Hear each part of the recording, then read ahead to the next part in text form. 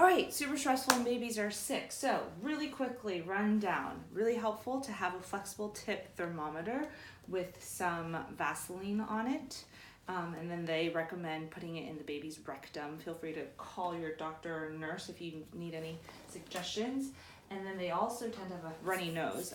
They had this in the hospital. I'm not very good with it. Instead, the Nose Frida, which is, I'll put a link in, has been amazing.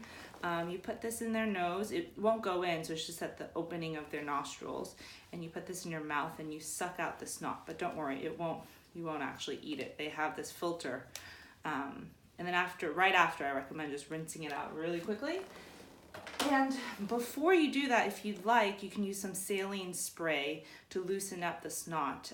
You spray it this way above their nose. And lastly, my baby tend to have a lot of ear infections, and we heard about this recommendation where you can basically just put it lightly into their ear. It won't go in too deep, and it'll beep, and it'll tell you if it's red, yellow, or green. So red and yellow means you should probably take it to the doctor, but you should always check with the doctor to make sure. But this was nice for us to have at home.